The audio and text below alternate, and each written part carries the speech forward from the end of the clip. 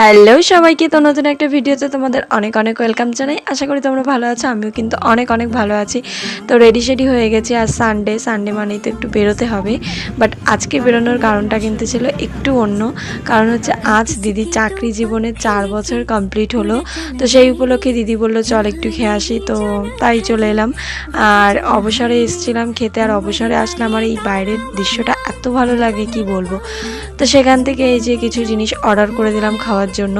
তো প্রথমেই নিয়ে নিয়েছিলাম বাটার তান্দুরি রুটি, আর সাথে কিন্তু একটা চিকেনের প্রিপারেশন ছিল, যেটার নামটা আমি ভুলে গেছি।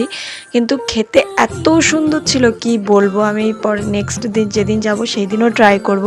আমার ভীষণই ভালো লেগেছে। তো তারপর এটা খাওয়ার পরে একটু বিরিয়ানিও অর্ডার করেছিলাম। তো তারপর বিরিয়ানিটাও খেয়ে নিলাম। আমার তো এখানের খাবার ভীষণই ভালো লাগে।